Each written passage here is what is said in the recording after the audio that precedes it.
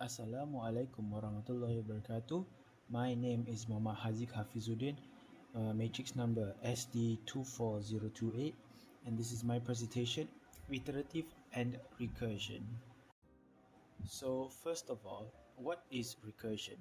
Recursion is a programming technique where a function is called or invoked in itself from within, turning a complex concept into a repeatable step.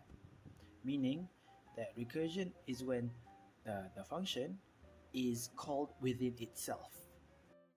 Some pros and cons of this is for recursion uses less code and is more cleaner, and it is also useful for sort and search algorithms.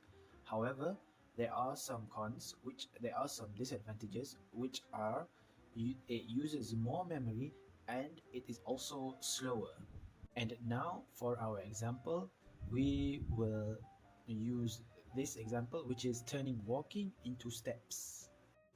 So as you can see here, for our iterative example, the integer main holds our walk function, and in the walk function there is a for loop where the walk function will repeat itself for the total number of integer I, which in this case is 10, and the code will end when I has overtaken steps integer. And here we can see our output. Our program has printed out take a step for a total of 10 times, which is the amount that we had put in our code earlier.